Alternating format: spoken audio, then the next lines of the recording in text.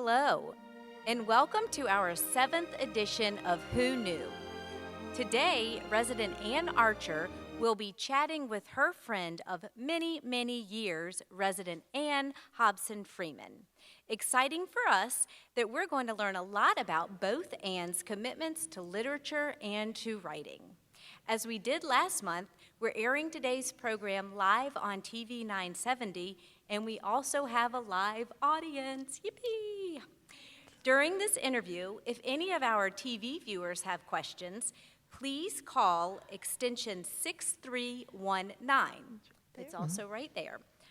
Jessica Corbett will be answering your call, and then she will text your question to me, and we will ask our Anns at the end of the interview.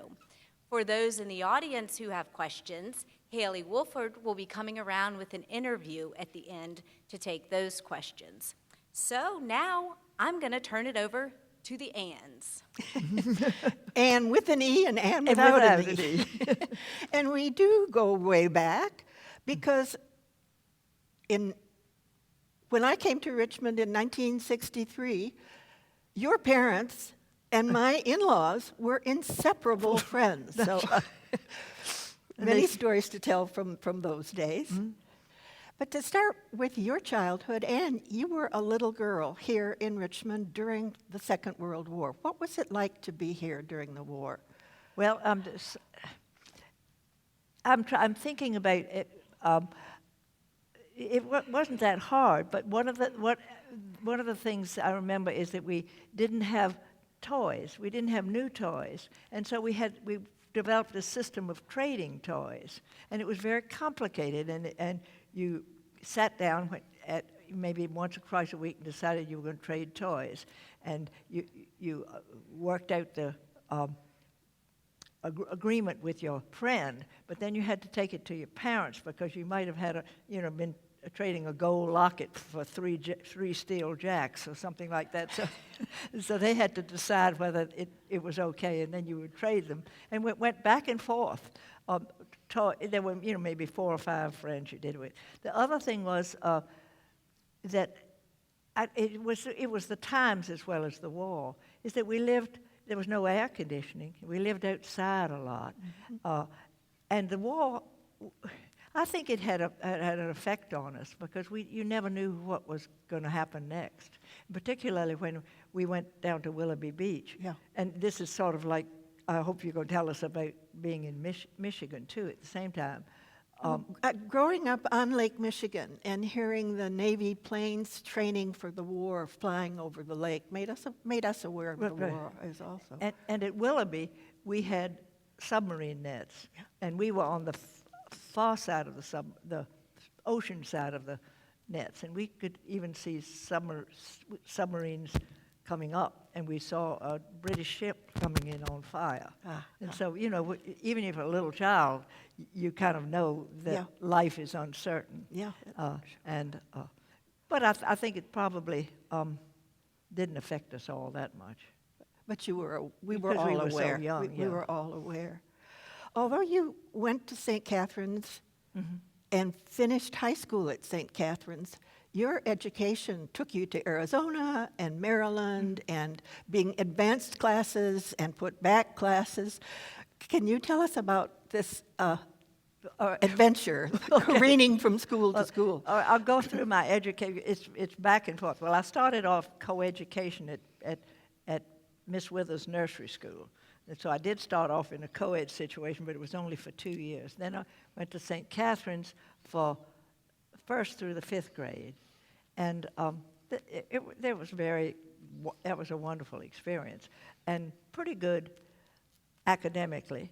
But my father in 1945 took a job with the Arizona Power Authority and moved us all. He was an engineer, and he thought this job was going to be an opportunity to get California to give back some of the use of the power from the Colorado River to Arizona, and he did not accomplish that goal, and it was not even accomplished at all for about 20 years. Anyway, so when we went to Arizona, when I was taken from this wonderful, warm cocoon that I was living in, surrounded by family and all my friends at St. Catherine's, and all the customs of Virginia, to Arizona. It was like being moved to another planet. I bet it was. And so I can still remember.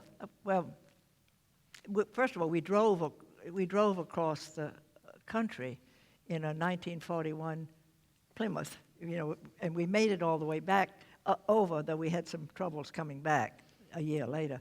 And when I got to school in Arizona, a public school, a good public school, one of the little boys asked me, "Hey, did you have to buy new clothes?" And I said, "No." He said, "I thought you wore hoof skirts in Virginia."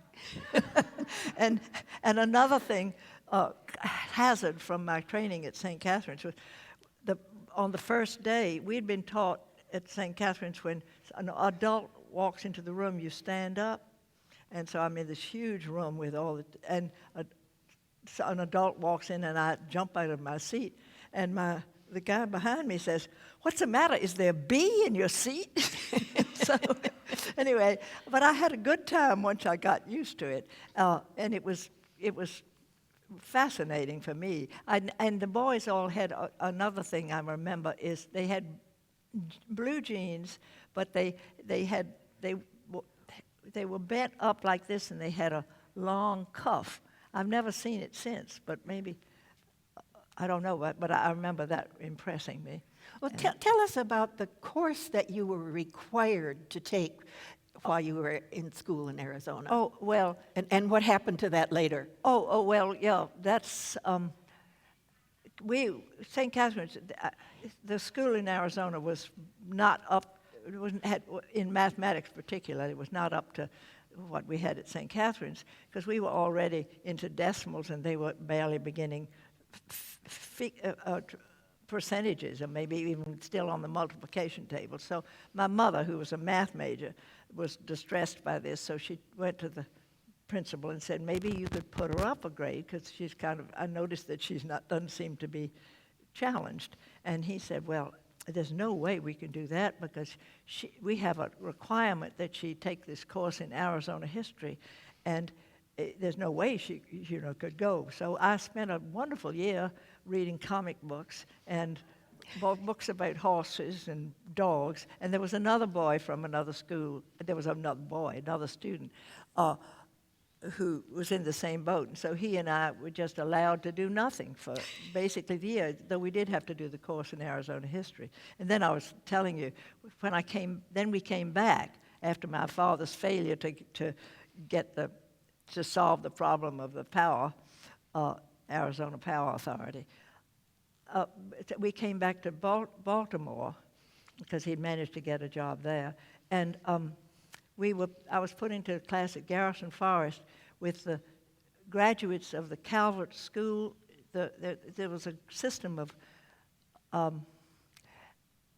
the Calvert School system developed lessons to send to children of diplomats all over the world. And the class that was the sort of test class, where the student only went through the 6th grade, the 1st through the 6th grade. So a lot of the students in the 7th grade at Garrison Forest had just come from this wonderful experimental school, and they were way above me, and particularly in French. And anyway, at one point, so they put me down in the B section, and I don't know whether I minded that or not, but I felt a little sad that I was not in the A section. But then came my opportunity when they wanted us to write a long paper on a geographical place, and I gave them the history of Arizona. And I was back up. But I look on that year with, I really am grateful for being scared like that and forced to work, because I had never really worked hard on anything academic before. And I found out it was more fun to work hard and get and to go control deeper and and go into something and get some control of it. So I was grateful for that. And organize that much material. Yeah. Though then I came back to, but this is, didn't go to St. Catherine's during high school, but I did come back for 1 year when my parents were in the middle of moving from Baltimore to New York, and they thought it would be easier. My sister was starting college, and for me to live with my grandmother, and so that year, that's the 8th grade, I came back to St. Catherine's, and lived with my grandmother, which was like moving back into the 1890s or something. I mean, I learned a lot from her about a whole time in Virginia, which I might not have learned at the dining room table or whatever. And then, so I look on my life as being basically 12 years altogether in Virginia, and then a long time in New York, all during my adolescence in college in Long Island. In Kew Gardens. We lived in Kew Gardens, which is near Forest Hills. It's in Queens. And then I went to school in Garden City to an Episcopal girls' school, which was very much like St. Catherine's. And so... and then on to Bryn Mawr. But yeah, and then to stay in the north. Then I went to college in the north in Philadelphia. So I was when I came back to live in Richmond, and I never intended to come back to live in Richmond, but it was my parents, and it moved back to Richmond while I was in England. Okay, before you get back to Richmond, I want to take you to England and some various other places. Oh, okay, all right. So and a story that I've loved that you've told me, that after you graduated from Bryn Mawr, there were 2 really important events in your life. One was receiving the Fulbright scholarship that sent you to England, but the other was being published in Mademoiselle magazine. Yeah. And which was the most important to you? Oh, yeah, well, that was, I thought I really was a good student, partly because I knew I had to win scholarships to keep on going, and I loved Shakespeare, and I thought, well, in order to keep on going and to apply for the fellowship for this Fulbright, I wanted to be a Shakespearean scholar, but I also always had, since the 5th grade, had kind of wanted to write. And when I won it was within 2 days of each other. I was happy about the Fulbright, but I was just ecstatic when I won the Mademoiselle Fiction contest. So I kind of began to realize I probably didn't want to be a scholar, but when I went to England, obviously I had the scholarship, and I found out there that I certainly didn't want to be a textual scholar, because that was Harold Jenkins was the professor I was working with at London University. And he was a lovely person, but he was very much into textual criticism, which I wasn't into. But my professor from Bryn Mawr, the one who taught me to love the Shakespeare so much, was an expert on the theater, and he happened to be there the year that I was there, and it was just wonderful. The theater in London, the year that I was there, was fantastic, with Laurence Olivier and Vivian Leigh performing in Titus Andronicus, and even Maggie Smith was at the Old Vic, a young actress, and Laurence Olivier was doing 2 things. He was doing wonderful work in Shakespeare and traditional stuff, but he was also doing the entertainer and new things in the. It was in Chelsea. There was a whole. It was a wonderful. A whole year. renaissance. A renaissance. Theater, right. Was going on there and in New York, right. where I was, and the students also, the graduate students that I was living with were lots of fun, and sometimes we would go down to stand in the queues all night to get tickets to Covent Garden, and there was a wonderful spirit in the line. There were rules. You could go off somewhere and get some coffee, and they would hold your place, and it was fun. And I had something very valuable which made me popular. I had a copy of the record of My Fair Lady, which had not yet come to To England. London. So I was popular. Meanwhile, my husband, I have to, if this isn't too much of a digression, the subject is My Fair Lady. She has to keep me under control, right? But I want to tell you about George. I think that would be all right. Is that all right? Okay. Well, George was at Yale Law School, and his best friend from Vanderbilt was named Ed Wilson, who was in the drama schools, and George was in, and they saw a lot of each other. And somehow Ed ended up giving a party for Julie Andrews when they brought My Fair Lady to, they used to take the plays to New Haven and Philadelphia and so forth to try them out. So George was just loved that, and Ed Wilson became a critic for the Wall Street Journal, and I used to take the St. Catherine's girls over to him during those mini-masters. I wish I could tell George now that I actually met Julie Andrews. Did you? I was working for Dell Books at the time, and we were publishing The Once and Future King with a picture of her on the cover of the book. So I had to go to her apartment. She was all dressed in a blue outfit. She had to ask her husband if it was all right for her to sign permission for us to use the photo. Richard Burton was also in the photo, but I didn't have to ask him. Oh, right. Now let's take you on to Moscow, where you went after your Fulbright. Okay, well, my Fulbright ran out after 1 year. I could have had it for 2 years, but 1 year, and gotten my master's at London. But by that time, I decided I didn't really need it, didn't want to be a professor. I wanted to be a writer. And to get to qualify for the master's, I had to spend 1 entire year on learning Anglo-Saxon and reading the literature in the original Anglo-Saxon. I don't know, I'm sure they've gotten rid of that by now, but that was a requirement that immediately killed any desire I might have to stay on. So how did you get to Moscow? Then I wanted to stay on in England because the money ran out, which was generous. I mean, we had a wonderful allowance for theater tickets and books and so forth, but it was ended in June, so I was looking for work, and one thing I did, I worked for something called Shopping in Britain, along with the daughter of one of the ambassadors, our ambassador. Anyway, we were trying to sell advertisements in Shopping in Britain because this is soon after the war, and they could order.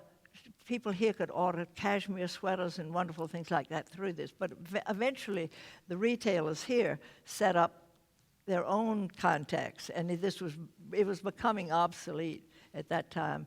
But anyway, I worked, but I had an American accent, so they wanted me to work for that. But I didn't like it, particularly when I got on the train and went all the way down to a suburb of London, and this wonderful guy said to me, I'm just starting this business, and I'm thinking I might want to invest in this. And do you think that would be wise? And I said, no. and I got back on the train and realized that it wasn't fair for me to be representing Shopping in Britain. So I thought I'd like to write. And a friend from Oxford, the Fulbright people had all come over on the boat together, so we had friends in all the different Oxford, Cambridge, Bristol, all the different places. Anyway, she spent the night with us, and by this time I had an apartment, and said she was going to this propaganda thing called the Youth Festival in Moscow, which was meant to bring all these many students from all over the world and convince them that communism was the way to live. And this would have been around about this was the summer of 1957, about 3 years after McCarthy, I think. Anyway, it was considered a dangerous thing to be doing from America, but the British were much calmer about all this. And so we went, the ambassador said it would be okay. The Fulbright people said it would be all right, as long as we didn't say that we were Fulbright students, that the government was paying for us. So I thought, well, maybe I could get a job. I've won a award for a short story, so maybe one of these newspapers will hire me to be their reporter. And I went around Fleet Street and found very little enthusiasm for eagerness to hire me until, just by sheer luck, I happened to go to International News Service the very day that they had just got a telegram that their regular correspondent had been expelled from Russia. And they had nobody there to cover the big youth festival that was coming up. So that was wonderful. And I had a friend from Bryn Mawr who came to spend the night with me, and she joined too. And we went off on this was quite a deal. It was $125 for 3 weeks, and everything, train ticket, all expenses for 3 weeks. So we got on the train, and we got there, and I found out very quickly that I didn't want to be a reporter the rest of my life, because the hours were something like 15 to 20 hours a day, you running around. And yet you got the scoop on all the more professional reporters. No, there were wonderful permanent people, I mean, not permanent, but regular, real reporters there, including Max Frankel from the New York Times. But I had a huge advantage, is that they had set up in advance that I could collect to Fleet Street, to the INS in London. And I don't know why they were so careful with censorship, but they had a system in the little telephone booth at the place the sort of dormitory where all these students from it was the agricultural. Your son will know more about it than I do, but they had taken over this place and put all the students there. And though my colleagues, the real reporters, had to take, after they went to an event, for example, and wanted to report on it, they had to go down to Central Intelligence and get the censors to read through whatever their copy was and approve it before they could send it on. Whereas all I needed to do was go home and pick up the phone and ask the international operator for Fleet Street. I thought that if they knew anything, they would know that was a dangerous. That Fleet Street was the newspaper, zone of London. But nobody was listening. I mean, to this particular phone. So my stories came out on the front page a day ahead of everybody else's, and as a result, even when the real reporter arrived, whose name was Serge Fliegers, and he was a great reporter. He spoke Russian fluently, but they still wanted to hang on to me because I could get the stories through so fast. And anyway, I loved what you called yourself while you were in Moscow. I think you wrote a story with this name, The Round Peg in Red Square. No, that was I tried to write a book about my experiences, and the only good thing about that book was the title, A Round Peg in Red Square. Now, but okay, if we're talking about my decisions as what I want to be, that experience, though it was fun and fascinating, it was all absorbing. And I missed all kinds of things. They were giving out tickets to see Ulanova in the Bolshoi Ballet, and they were giving out tickets to go up to Leningrad, and I was running around town trying to chase stories. But one thing we talked about was the fact that I'm very absent-minded. I'm always losing pens and pencils. I couldn't lose a thing in Moscow because there was somebody following me who would always bring them in, and they would be on the desk the next morning, all the things I dropped. And I guess another good story is about the real front page story was about a boy named Stan Munford, who was, I don't know much about him. He was very young, and he was younger than I was. I guess he was probably a teenager. And he was just wandering around and saw a very interesting scene and took a picture of it. Well, it happened to enclose some secret operation that he didn't even know about, and so he was arrested. And so that was the story, and we managed to get him free. And then a week later, the same boy went out to take a picture of the place where he had been arrested and got arrested again. He just wanted to have it for his family or something. And that took longer, but they managed to anyway. But I learned I didn't want to be a reporter. That you wanted to be a And writer. and then I had learned that I didn't want to be a Shakespearean scholar. And then so I came back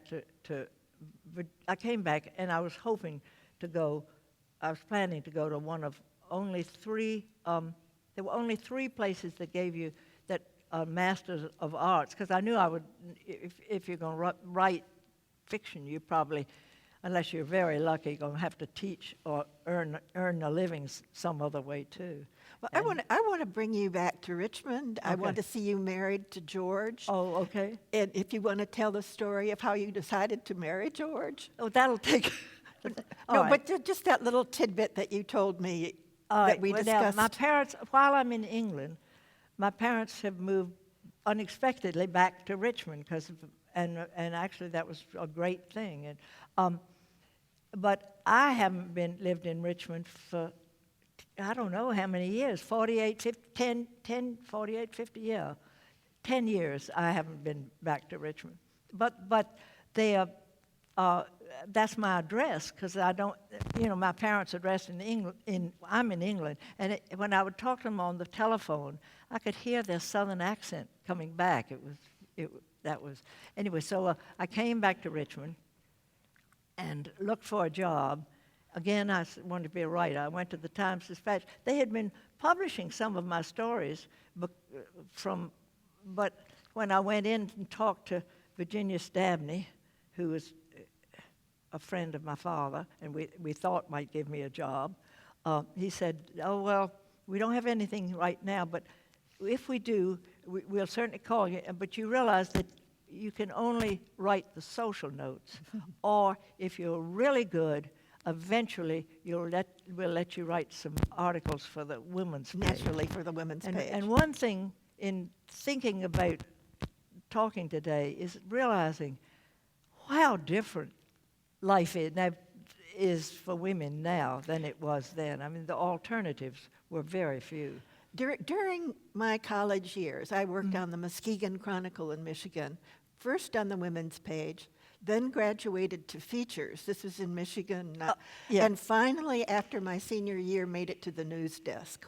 Well, this was in 1955. Well, you're lucky to make it. But I didn't stay in Muskegon, Michigan either. Oh, okay. Well, they were way ahead, I think, of the Times-Dispatch. So anyway, then I went to, but I had a year off, so I couldn't find anything in Richmond. And Bryn Mawr asked me to come up and help for a year, and for a semester.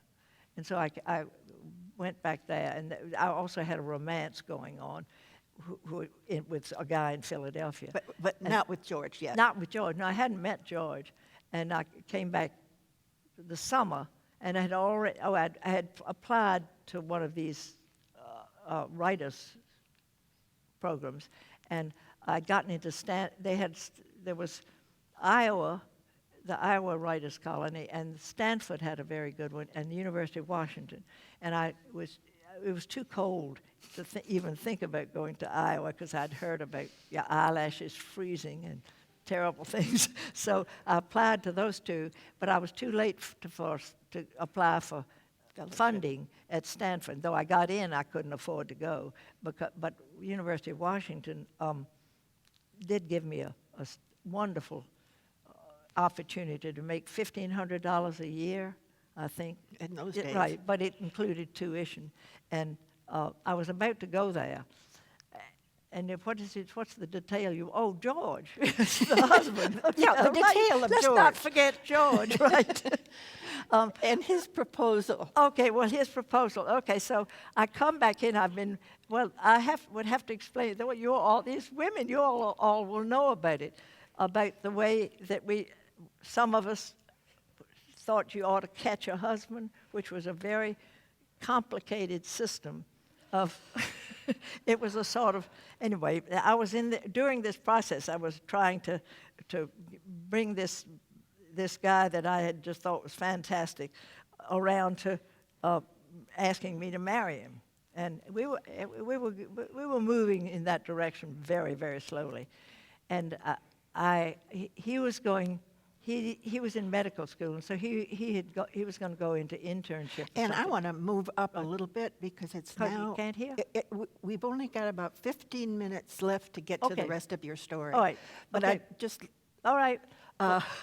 So I've got to include George, right? Well, I'm trying to. I am trying to. But let's segue to your being married to George and being eventually a mother of small children, and being invited by the Virginia Museum to do their newsletter, which you were able to do from home with two small children, way ahead of the women today who are working from home naturally with computers and so forth. Well, all right. You want me to skip George's proposal? No, Yeah, okay. No, let's have it. We have to have it. All right. We We don't have to go any further. We can just have fun with this. So anyway, I met George, and for the first time, I hadn't been to co-ed schools much, and I had a beau. I had men friends, but anyway, I thought I've met George, and he was the most positive person. I remember writing that down. This is the most positive person. And he was smarter than I was, and he was very comfortable, but he was shorter than I was, and so I thought that made him ineligible. And that was the best thing about it, was that I felt completely at home and could say anything I wanted. And to my surprise, when I had already packed my trunk to go to University of Washington, my mother had found a way to get it free out there, which she always held against George, that that he had kept her from this opportunity to get a free trunk out to Seattle. Anyway, so I'm about to go out. I'm going off to my in-law, my roommate's wedding, and George suddenly proposes, and I just am astonished. And I never expected this, and I said yes. And that's the thing that surprised. So I have a theory that there's a part of that your conscious mind is not really all that good, and that there's a part of you that's smarter than the rest of you. And this was it. Some part of me recognized that this was the kind of a relationship you could build a life on. And the other relationship was never going to be anything but a game on artificial. I'm underestimating this, but I'm getting too philosophical. Anyway, George, so he says, all right, I want you to marry me. And I said, well, fine, let's think about it, and I'll go on to Seattle, and he said, this proposal expires at the end of the week. And I said, oh. And then I said, I can't go because I've signed a contract. I've signed a contract to teach these courses and to get this fellowship with the dean. He said, you call that dean. He said, a contract for personal services is not specifically enforceable. And if you call up that George dean... being a lawyer. If you call that dean, I bet he's hired a lot of extra women. That's a huge university, and he's used to them cancellations at the last minute.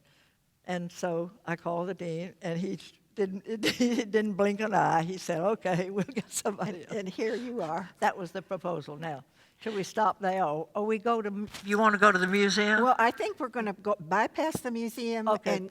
But we wouldn't have missed that story for anything, would we? Let's segue to the University of Virginia and the mentorship of Peter Taylor. Oh, Peter Taylor. Who- All right.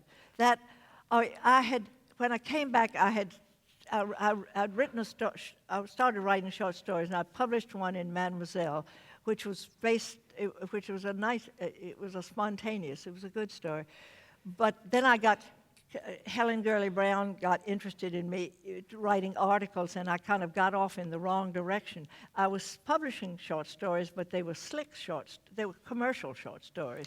Cosmopolitan, for instance. Cosmopolitan had a reputation for publishing good stories too. But I was doing them, but they were saying things like, "We can't take this story because it happens because it's got a funeral in it, and we can't take that story because it doesn't have an upbeat ending." And I was kind of getting frustrated. And one of the people who helped put me back on the right track was actually who is it now? Wait a minute. Roseanne Epps. Yeah, well, Roseanne Epps said her brother was having a writers' conference in Holland, and Peter Taylor, my mentor, was there, and he read one of my stories, and finally there was somebody who really understood what I was trying to do, and he switched me. He concentrated on writing the story the way I wanted to write it, not writing for the editors. What and a that difference. was a huge change. And I said, "Is there any way I can work with you?" And he said, "Well, if you can get through the bureaucracy." And that again shows us how hard things were at that time, because UVA wouldn't accept graduates. I had to be a graduate student. They wouldn't accept graduate students if they didn't live in Charlottesville. And but I got through that. And that was a wonderful experience, and he ended up asking me to teach there. And I had a 15-year experience at Westminster. Okay, Well, I want to bring you back again to Richmond, to the various things that you've been doing in many recent years. The work you did for the book about Hunton Williams and the founders of Hunton Williams, and how much you enjoyed that research.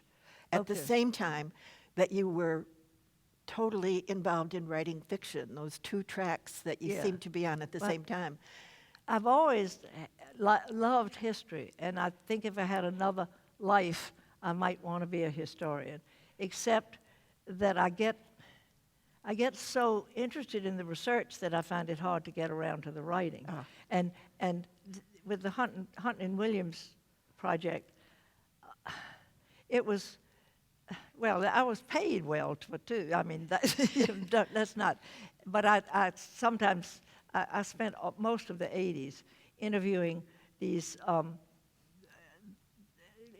people at the firm, but reading also about the history of the firm, which was it was about the name of the book is The Style of a Law Firm, and it's about the 8 founding partners, and ends with Lewis Powell and George Gibson. So it doesn't go up into my husband's generation, but it was fascinating. It was. Going way back to the early days, the 1900s. The 1902, how can I forget? But 1901 or 1902 is when the firm was founded, I believe. And so that was sometimes I think it was wasted, but maybe not. And meanwhile, you've been writing stories, many of them coming from your Virginia heritage and your family heritage. I just want to remind people that you have been published in Best American Short Stories and a prize-winning collection of stories from Mademoiselle. And I'm trying to work out. Bev Nelson is helping me put together some of the early stories, and as I'm putting them together, I'm realizing how strong the Virginia those 12 years in Virginia are. And also I'm realizing something, something we've really lost is the feeling, the storytelling of families and the sitting around at the dining room table. And my son, George, when he was thinking of coming back to Richmond and trying to decide whether he would take a job in Atlanta or Richmond, he said, but he loves to duck hunt. And he said, I'm coming back to Richmond on one condition. And I said, what? And he said, no family lunch, no family dinner on Sunday. And that's, I think, the saddest thing he ever, those grandchildren, well, they did come to some, but they missed the chance to sit around at the dinner table, the storytelling. That maybe it's television too, and air conditioning. All kinds of things have robbed us of this, of the multi-generational storytelling. Right. Yeah. Well, now you and Bev are working on this book as we speak, aren't Yes, you? right. And you're hoping to publish it maybe as soon as August? Well, we're trying to get it out by August because that's going to be my 70th reunion at Bryn Mawr, and the Bryn Mawr bookstore will feature anything and promote anything done by somebody, an alumna coming back for reunion. And that just gives us an arbitrary deadline. So coming back in another circle, in a way. Yeah, right. Yes. Okay, now, well, maybe we can at least, I can say one thing about Leslie Cheek, because I wanted to, because one of these stories makes fun of his method, it makes fun of an exhibition he did on Winslow Homer with lots of lobster pots and stuff. But I realized, and I have so much respect for what he did that I want to explain that Leslie Cheek was a magician who was responsible, I think, for the beginning of this wonderful museum we have now.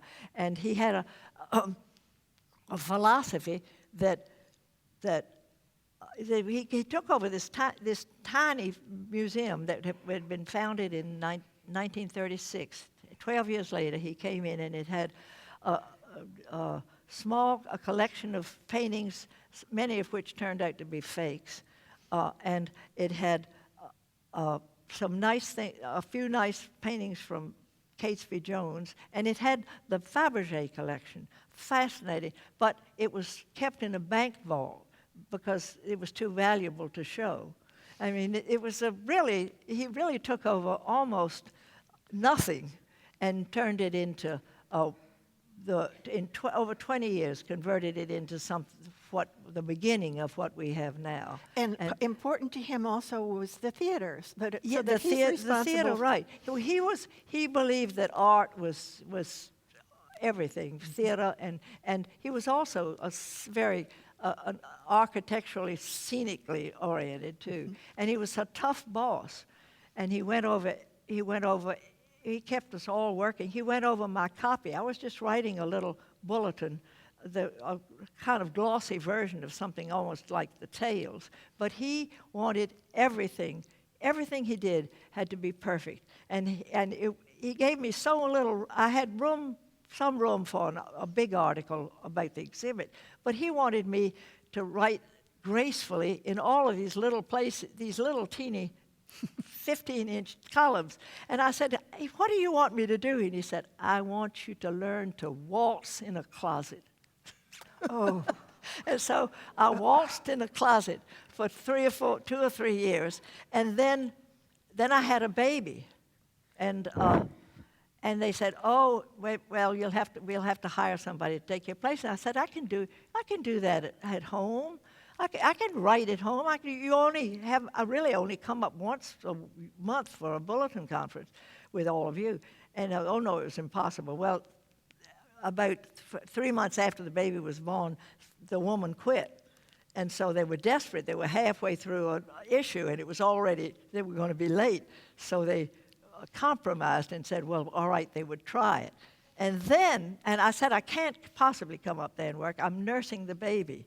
And so then they were too embarrassed to ask me when had I stopped nursing the baby.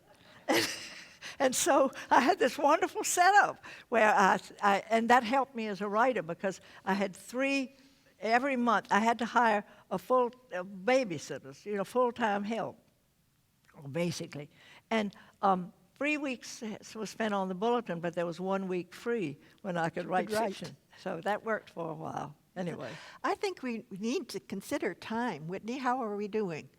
we're okay. We got 15 minutes. We do have 15 minutes. I have a couple of questions that have come in, and if the audience has questions, then we can ask those now. And then if there's any more time before 4, we might ask you to elaborate on some of the things that you've already touched on. So.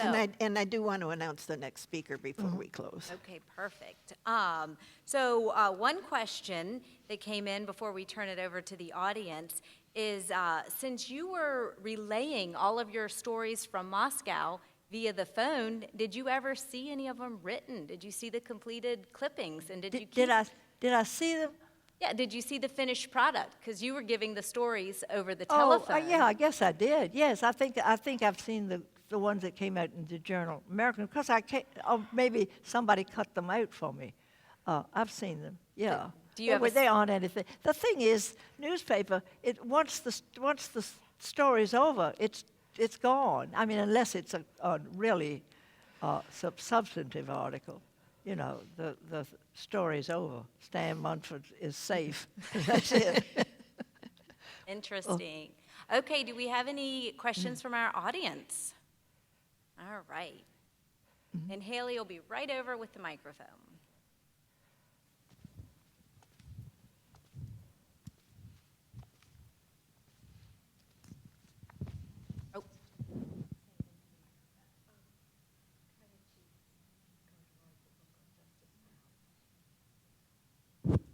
The question is, how did you come to write the book on Justice Powell? I didn't write a book. I wrote a chapter on him, and that was part of the Hunton and Williams history. And I knew Justice. I mean, my husband, Hunton Williams was like a family. Really. There were only 27 lawyers when George came into it. And the lawyer you worked for adopted you, kind of like a mentor. The practice of law was very different in 1958.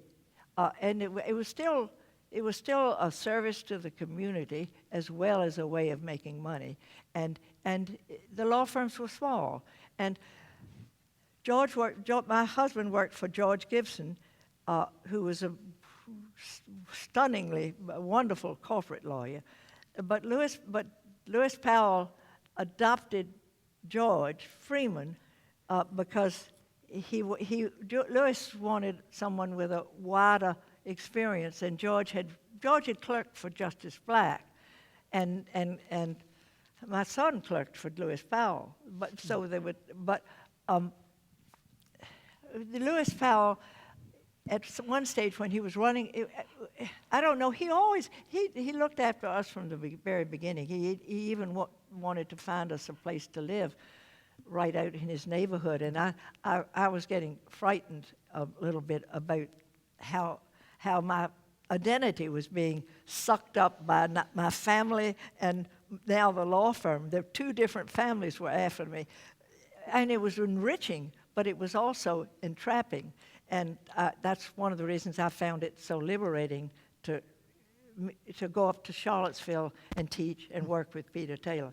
But that's a digression. No, it's part of the same story. But Powell, at one stage when he was running for the ABA, he was running for to be president of the Bar Association.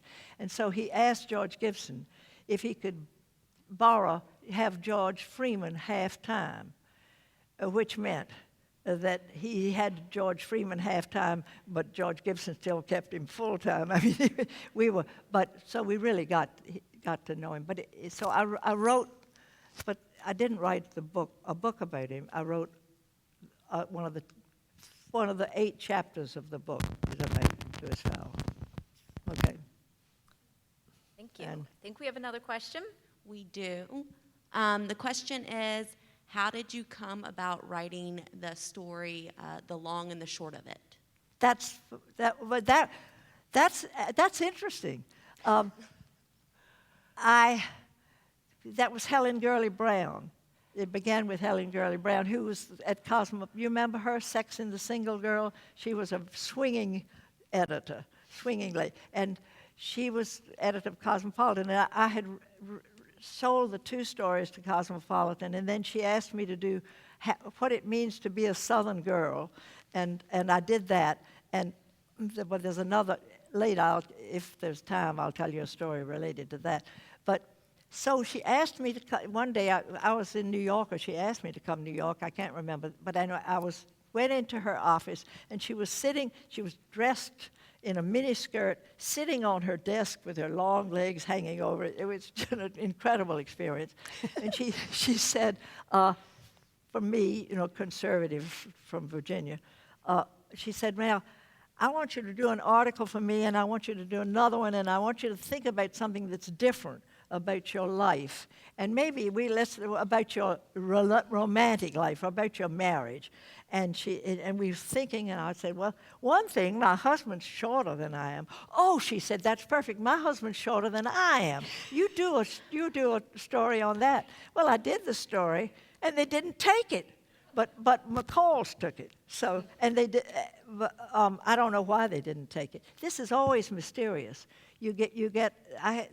Why they reject things at the end. And one of the stories, and my agents had. Wait a minute. One of the stories I wrote had been accepted. It's called Christos Voskreses. It's called Christ. The story about the museum guard. Anyway, it's the one that has the funeral in it. Okay. It had been accepted by Redbook, and they were wild about it because it talks about the Fabergé collection, and they had already designed the illustrations that were going to be with it and show all these wonderful Fabergé eggs. They hadn't paid me yet, though, and one of the top editors said, "We can't publish something that takes place in a graveyard." And so that was that. And that was the kind of thing that drove me back to, and thank goodness by that time George was a partner and we weren't dependent on the money I made, because the price, it's about a 90% drop, or maybe 95% in the amount of money you get for a slick fiction versus a literary quarterly. I mean, Writing what you want. writing what you want, is a financial disaster. But a personal A triumph. personal triumph. Thank you. Okay. Any more questions? So this isn't a question, but a comment was made that because you've had such an interesting and a diverse life, this individual is hoping there's a part 2 of this interview. Oh, well, I don't know. Thank you. I hope it'll be better organized.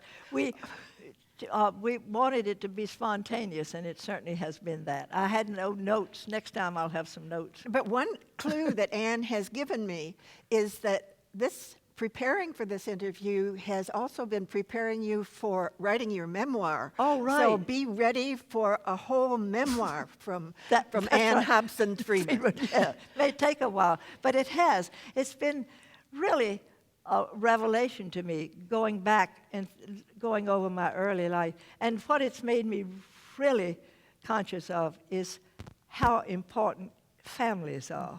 Mm-hmm. And what you pick up from them, and how it teaches you something we all need now, is how to live with and know really intimately and tolerate and even love people who are totally different from you. I mean, their opinions are different from yours, and their personalities are different from yours. But there you are at the dining room table. You've gotta relate to them. And I think right now I feel myself that we tend to just see people, or really relate closely to people who have the same opinions we have, or and that's a shame. That's something we've really lost. And I don't know whether it's because there are lots of things. We don't sit on porches. I mean, the things that have diminished our lives are like air conditioning. And we don't meet our neighbors the way we used to, don't live with them the way we used to.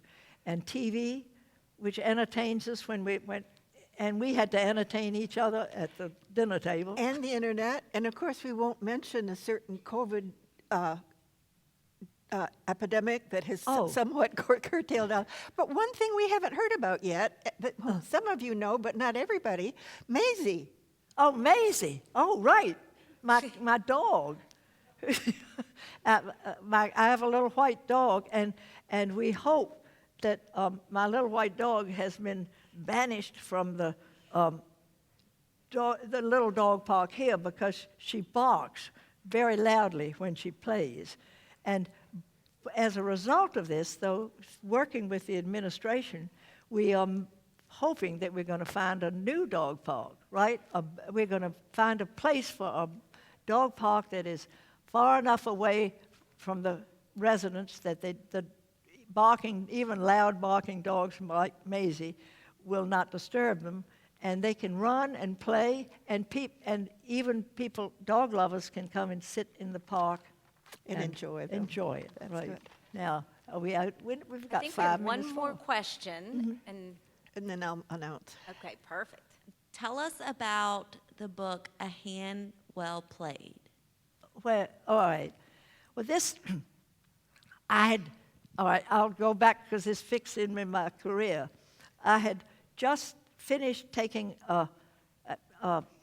writing I took a seminar with Ed Ayers, who was teaching. He's a history. You all know him. He's a wonderful historian, and he was just a young teacher when I was teaching at UVA, and I listened to some of his classes, and then I asked him if I could be part of a seminar, and he said, well, I'll let you come in, but only if you'll write the paper. And I wrote the paper on this subject that I've always, living with my grandmother, wanted to write about, was these Southern girls. The courtship, the way that Southern girls at the White Sulphur Springs went after rich Yankees. And my own, anyway, one of my grandmother's friends said the only way to get even with the Yankees was to marry one. Anyway, so that was going to be and I had just written the paper, and Ed Ayers loved it, and I was about to come home and write the book when I heard on the radio that Jim Wheat had died. And I had just done a lot of interviews for Jim Wheat. Remarkable. You all know, I'm sure most people here know, this man who was blind he was blinded he went blind when he graduated from VMI, and he had to rebuild his life completely, and he ended up doing it so successfully that he founded a wonderful firm. Anyway, I knew when I heard that they were going to ask me to put these interviews into a book. That's how I came to write A Hand Well Played, the book about Jim Wheat. It was fate, I think, and I've never written the book about the Southern Belles. All right? That was a good question. That was a good, yeah. Next month is going to give us quite a contrast. On May 9th, Bob Kluel will interview retired U.S. Navy Captain Bob Adler. Bob Adler commanded a destroyer in Vietnam, hunted Russian submarines off the east coast of the United States, and was involved in the Navy space programs. That Bob will tell the other Bob about his many projects after he retired from the Navy. Bob Adler Bob Kluel too, lives in the Courtyard Apartments. Bob Adler with his wife Elsie. Hope you'll tune in on May 19th for this different kind of adventure. Right. But there's a theme of submarines running. There's a theme of submarines the running. submarines, right. Yes. Thank you all for coming. Okay. Yes, and thank both of our Anns. We really appreciate Thank it. you. And hopefully, when you all see Ann Freeman walking her mini Maisie, that's a great opportunity to ask her to tell you a little bit more of some of these fascinating stories that she's shared with us. So thank you, everyone. Have a wonderful afternoon, and we look forward to seeing you next month. Okay, great. Good. And we